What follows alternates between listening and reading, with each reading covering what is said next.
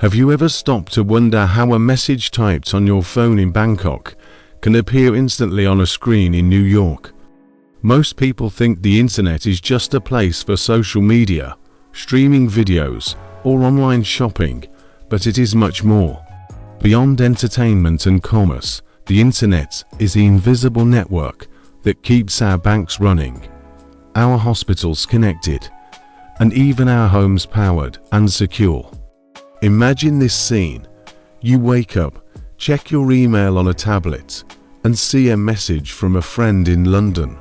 You tap a link to read the morning news, then send a quick text to your family over a group chat. Next, you turn on a smart speaker to hear today's weather forecast, and later you log into a video call for work. All of these actions, sending email, browsing articles, texting, streaming, and calling, travel across the same global web of cables, satellites, and servers. That contrasts viewing the internet as only fun and games versus understanding it as the essential digital backbone of modern life shows how much we take for granted. In the next part, we'll explore how this vast network began as a simple research project and grew into the world's most important tool for communication, collaboration, and innovation. In the late 1960s, the United States Department of Defense began a special project called ARPANET.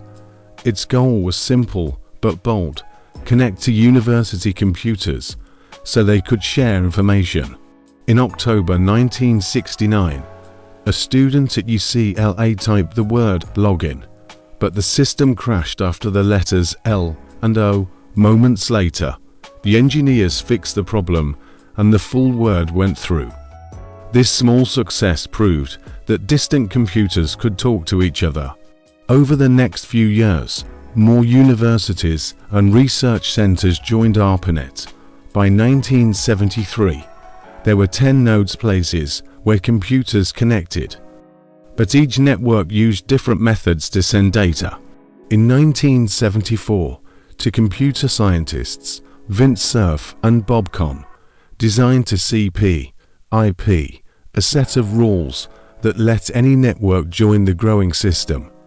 TCP/IP split information into small packets, sent them separately, and reassembled them at their destination. By January 1983, ARPANET switched to TCP/IP as its standard, and the modern internet was born. Still, ARPANET was only for researchers and the military. In 1971, a programmer named Ray Tomlinson invented email, the first message sent between two machines. People loved email because it was fast and reliable. By the early 1980s, email was the internet's most popular service. Meanwhile, in 1985, the first domain name example.com was registered, and people could type names like ucla.edu instead of long numerical addresses. This made the internet easier to use. The real breakthrough came in 1989, when British computer scientist Tim Berners-Lee proposed a new system at CERN, the European Physics Lab. He created HTML, a simple language to write documents, and HTTP, a method to request and send these documents. Berners-Lee also built the first web browser, called World Wide Web, in 1990. For the first time, anyone with a computer and a modem could click on highlighted words hyperlinks to jump to new pages around the world. By 1993, a graphical browser named Mosaic made the web even more popular. Mosaic showed text and pictures on the same page and worked on different computers: Windows, Macintosh, and Unix. Within months, new browsers like Netscape Navigator appeared, and people began to see the internet as more than a research tool. The mid-1990s saw the dot-com boom. Startups like Amazon and eBay launched online stores. Internet service providers offered dial-up connections. You could use your phone line to go online. Connections were slow by today's standards, 56 kbps at best, but users flocked to chat rooms, email, and early search engines like Yahoo and Lycos. As more people went online, demand grew for faster speeds. In the late 1990s and early 2000s, broadband connections, DSL, cable, and fiber replaced dial-up. Websites became richer with images, audio, and video. Companies invested heavily in online advertising, and new business models emerged. Throughout this period, the internet remained an open network based on shared standards. Engineers and volunteers around the world met at workshops and conferences to update protocols and set rules for domain names. This collaborative spirit allowed the internet to scale from thousands of computers to billions of devices, servers, laptops, smartphones, and, eventually, even refrigerators and cars. By 2010, more than 2 billion people used the internet daily. Researchers expanded into wireless networks, Wi-Fi, and mobile data, 3G and 4G. Social media platforms like Facebook and Twitter connected friends, families, and colleagues in real time. Today, the world's information is only a few clicks away, thanks to the foundations laid by those early pioneers. In the next section, we will look at the internet's tipping points and challenges from Web 2.0 and user-generated content to cybersecurity threats and net neutrality battles, and see how these moments shaped the network we all depend on. Climax: the internet's tipping points and challenges. As the internet grew, it reached several tipping points that changed how we use it and also created new challenges. The rise of Web 2.0 and user-generated content. Around 2005, the internet entered a new phase called Web 2.0. Instead of just reading pages, people could now create content, share videos, and connect with each other. YouTube 2005. Suddenly, anyone could upload a video and share it with the world. A teenager in her bedroom could become a global star overnight. You watched, liked, and commented, and the internet felt alive. Facebook 2006 and Twitter 2006. These platforms let friends, families, and even strangers exchange messages in real time. You posted a photo, and within seconds, friends from another country could see and respond. This shift made the internet more personal. It became a stage for creativity, conversation, and community, but open sharing also had downsides. Moments of crisis, cybersecurity and privacy. With billions online, criminals and even governments saw new opportunities to steal data or spread harm. WannaCry ransomware 2017. This malware infected more than 200,000 computers in over 150 countries. It locked users out of their files and demanded payment to unlock them. Hospitals in England had to turn away patients, and businesses lost millions of dollars. Suddenly, people realized that the same network that shared cute cat videos could also cause global damage. Data breaches. Companies like Yahoo and Equifax lost personal data for hundreds of millions of users.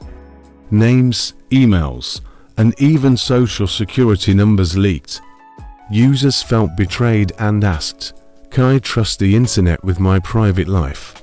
These crises led to stronger security tools, encryption, two-factor authentication, and firewalls, and new laws like the General Data Protection Regulation (DPR) in Europe, which gives people more control over their personal data. The battle for net neutrality. Another major challenge has been net neutrality, the idea that all internet traffic should be treated equally. Without it, internet service providers (ISPs) could slow down or block certain websites, or charge extra fees for fast access. Supporters view net neutrality keeps the internet open and fair. A small startup has the same chance to reach users as a big company. Opponents view ISPs say they need flexibility to manage network traffic and invest in infrastructure. In 2015, the U.S. Federal Communications Commission (FCC) adopted strong net neutrality rules. In 2018, those rules were repealed, causing protests and legal battles. Around the world, countries have taken different approaches. Some keep strong protections, others allow more ISP control. The debate shows how deeply the internet affects our daily lives and commerce, breakthrough applications, and the Internet of Things. Despite challenges, breakthrough applications continued to expand the Internet's role. Cloud computing, services like Amazon Web Services, Google Cloud, and Microsoft Azure let companies rent computing power and storage online. A small startup can launch a global app without owning servers. Streaming entertainment, platforms like Netflix, Spotify, and Twitch use the internet to deliver movies, music, and live streams on demand. You no longer need DVDs or CDs or go to a store to enjoy media. Remote work tools, video calls, Zoom, Teams, online documents, Google Docs, and project management, Trello, Asana let people work together from anywhere. In 2020, many companies shifted to remote work overnight, showing how essential the internet is for business continuity. Internet of Things IoT, everyday devices, thermostats, refrigerators, cars connect to the internet. Your phone can talk to your home's lights. Smart sensors can monitor health or track traffic in real time. These innovations demonstrate the internet's power to transform industries and daily life. But they also raise new questions about security, privacy, and digital fairness. The ongoing evolution. Today, the internet faces both promise and risk. 5G networks, faster mobile connections will enable real-time remote surgery, connected vehicles, and richer virtual reality experiences. Artificial intelligence, AI services run on the internet, from chatbots to self-driving cars. They learn from massive online data but also risk bias and misuse. Digital divide. While over half the world is online, billions still lack reliable access. Rural areas, low-income communities, and developing nations often face slow speeds or high costs. These issues show that the internet is never finished. It is a living network that grows and changes. Every new technology, from satellites in space to undersea cables, adds capacity. Every new law or regulation on data privacy or bandwidth sharing shapes how we use it. Key takeaway: the internet's climax is not a single moment, but an ongoing series of breakthroughs and challenges. From the rise of Web 2.0 and user-generated content to global cybersecurity threats and the fight for net neutrality, the network that began as a simple research project has become the backbone of modern life and a battleground for our future freedoms.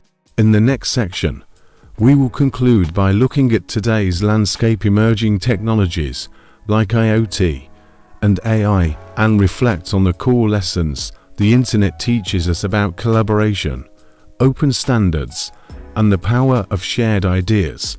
Conclusion: the internet, a mirror of humanity's potential and responsibility. The internet began as a tool, just a way for researchers to share information. But today, it's much more than that. It's a mirror of human society.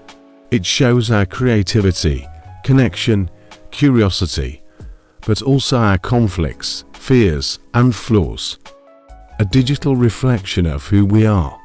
Think about this. Every time you scroll through your phone, send a message, search a question, or watch a video, you're part of something much bigger. You are not just using the internet, you are helping shape it.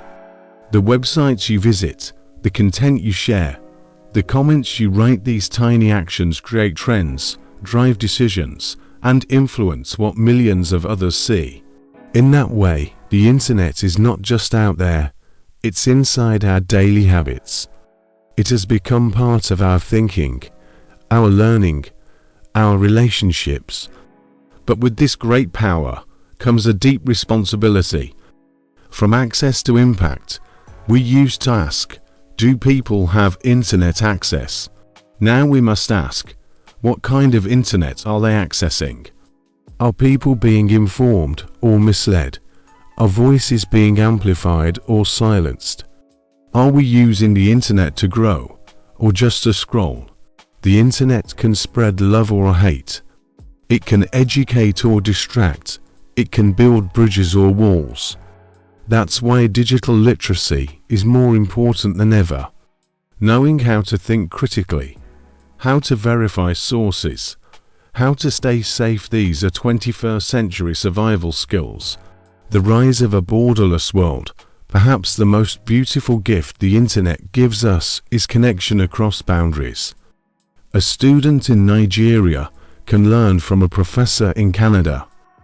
A farmer in Vietnam can sell products to someone in France. A musician in Argentina can gain fans in South Korea. The internet doesn't care where you were born. It doesn't judge your accent, your clothes, or your skin.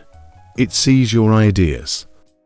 And that's why, when used right, the internet is a great equalizer, but access is still unequal.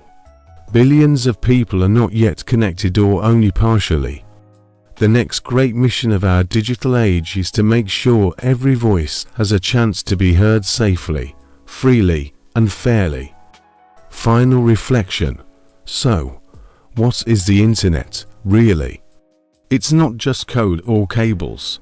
It's hope, fear, questions, and dreams written in ones and zeros. It is a tool that reflects who we are and what we choose to become. The internet doesn't shape our destiny. We do. Every click, every share, every search is a decision. So the next time you go online, ask yourself, what kind of world do I want to help build? Because with just a screen in front of you, you hold more power than any generation before. Let's use it wisely. I have 3 special questions for you. 1. What do you think is the biggest benefit the internet has brought to your life? 2. Do you believe the internet helps people connect more or feel more alone? 3. If you could change one thing about how the internet works today, what would it be and why? If you enjoyed this story, please like the video and subscribe to the channel. It really helps me make more stories for you.